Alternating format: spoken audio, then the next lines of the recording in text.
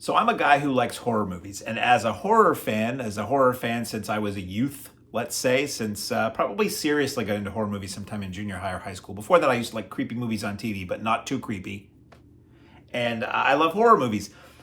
I don't love a lot of modern horror movies. Most modern horror movies, it's like somebody issued a set of rules. You got to do this in these movies. You got to do these things, and they got to look this way. Most of which I don't particularly care for. So I still go to horror movies. It's a weird genre to love. I think most horror fans are like this. You don't love the majority of what you see in that genre, but it's worth waiting through all the stuff you don't like to get to those ones that really are effective and work for you. One such film is Talk to Me, not to be confused with the Kiss song or the Don Cheadle film from a few years back. This Talk to Me is done by I'm going to totally mispronounce their names because that's kind of my thing. The Philippou brothers, two youthful brothers from Australia. I believe this is their first feature. If not, they haven't made too many features. And what's this film about? Kids at a party, youths, play this game where there's this weird hand, this weird disembodied, looks almost approximately like that, this disembodied ceramic hand with writing all over it. And you sit in a chair and you light a candle and you grasp the hand like an insurance company logo and you say the titular, talk to me.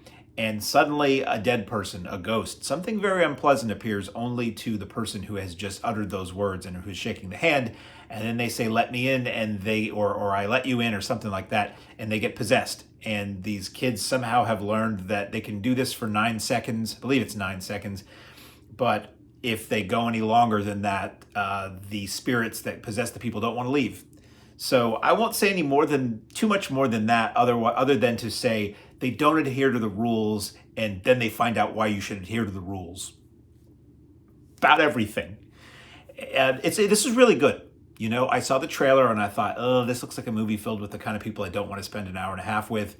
And I had started to hear good things, so I went to see it theatrically, as everything's better in the theater. As long as you have a good audience. A bad audience can ruin a good movie, or a bad theater can ruin a good movie, but in ideal circumstances, everything's better in the theater. You're sitting there in the dark, it's out of your control, you have no choice, if you're a good person, but to watch the film. If you're a bad person, you whip out your phone and screw around. But if you're a good person, you pay attention to the film. And I did that yesterday as I record this. I say yesterday, I'm indicating the past and not that I watched it at the bottom of those stairs. This was a really well-made film. Now, I saw this at the Alamo Drafthouse chain, and they do a pre-show there if you get there early. Usually about 20 minutes before the film, they're playing all kinds of related video clips and YouTube clips and trailers and music videos and things that oftentimes once you've seen the movie, you realize how everything weaved in. They played a bunch of YouTube shorts that these two brothers who directed Talk to Me had done. And I was like, oh boy, if this movie is like these shorts, I might be leaving a little early. Luckily, it wasn't. Very well-made film. Almost none of the garbage that I equate with modern horror that takes me out of it, like the digital smiles that open too wide, or the herky-jerky sped-up movement, or the flickering strobe lights, or the jump scares, or the cinematography so dark you can't see anything. Didn't have any of that. It really was an exploration of what happens when this tight-knit group of 3 people, a girl, her younger brother, and a close friend of theirs who's like the babysitter, play this game one time too many and a little too long. And it has an impact on their lives. The evil is not contained within the hand, shall we say. A friend of mine said this film should be called Talk to the Hand. Maybe that'll be the sequel. Performances, very good. Yes, some of the characters were very annoying, and I was really afraid we were going to be stuck with entirely annoying characters. Luckily, the majority of the annoying characters in this film are peripheral and not our central trio. That was great. Shot in Australia, so you get the Australian accent thing going on. And just solid cinematography. Somebody said once, when a film is not very good or boring, everybody starts talking about the cinematography. That's not true. I pointed out when it's good because it's nice when a movie looks good.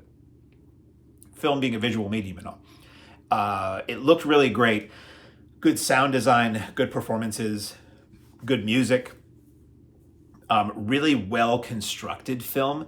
It opens with, okay, if you see me do too many of these, you know I hate this. It's a modern screenwriting technique. I find it to be a hack screenwriting technique, and it makes me a little angry every time I see it now. But it's rife all over movies and TV.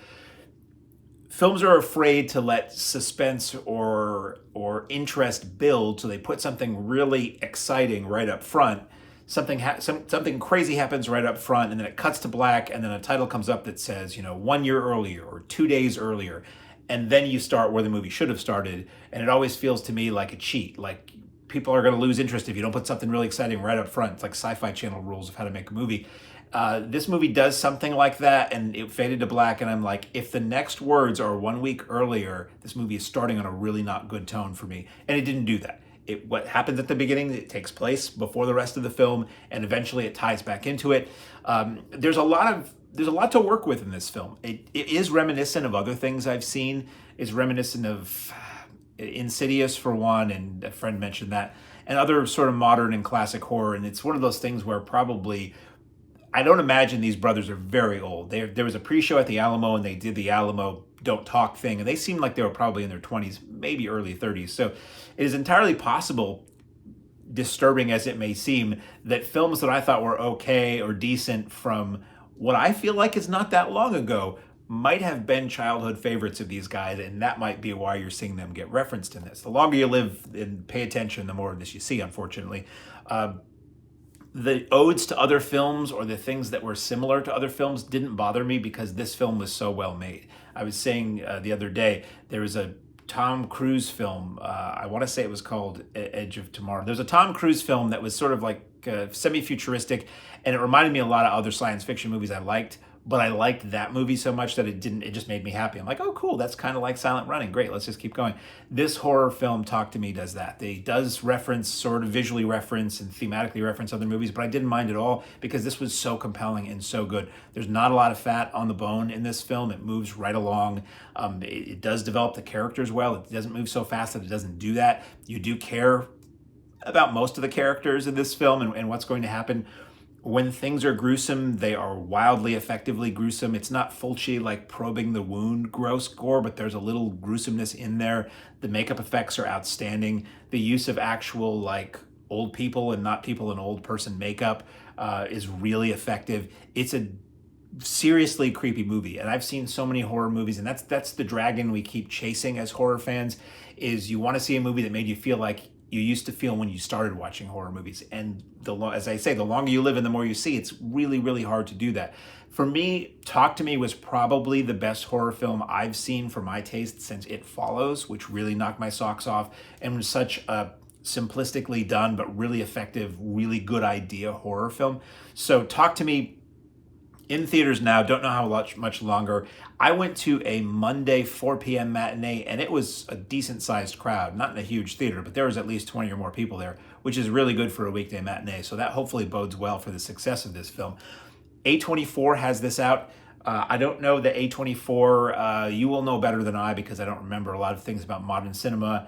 Ask me about films from 1960s, 70s, 80s. I'm all over it. Anything past that I lived through, I don't remember as much. It's an A24 film. I don't know if they're big on the franchise thing, but I could easily see Talk to Me becoming a series of films. And when it was done, I was like, okay, how many movies before we get a prequel? Like, how many movies into this inevitable franchise before it's like, here's how it all began. Here's who the hand belonged to. Here's the story of the person who had the hand last time. Here's the story of how the person before them got it. Here's the story of, like, that's what a lot of these horror franchises do, is they can only go forward so far before they're like, there's nowhere else to go with this. Let's go back to the beginning. Let's reveal how it all began, which we just thought up and made up just now, but let's just give you the shocking backstory. Anyway, I'm rambling at this point, which I do at some point during all these. Really enjoyed Talk to Me. This is a really fun flick. The audience I went to was probably age range between teenagers and people in their 40s. There were gasps, there were shrieks, people were dead silent paying attention to it. It was an excellent audience. This movie works on an audience really well. So I would recommend this. Probably not for kids because there is some gore, there's some language, there's some adult themes, as it were, some saucy talk, but just a really solid horror film. Part of me wants to see a sequel, but part of me also thinks this is so well done, just leave it alone. In theaters now, Talk to Me.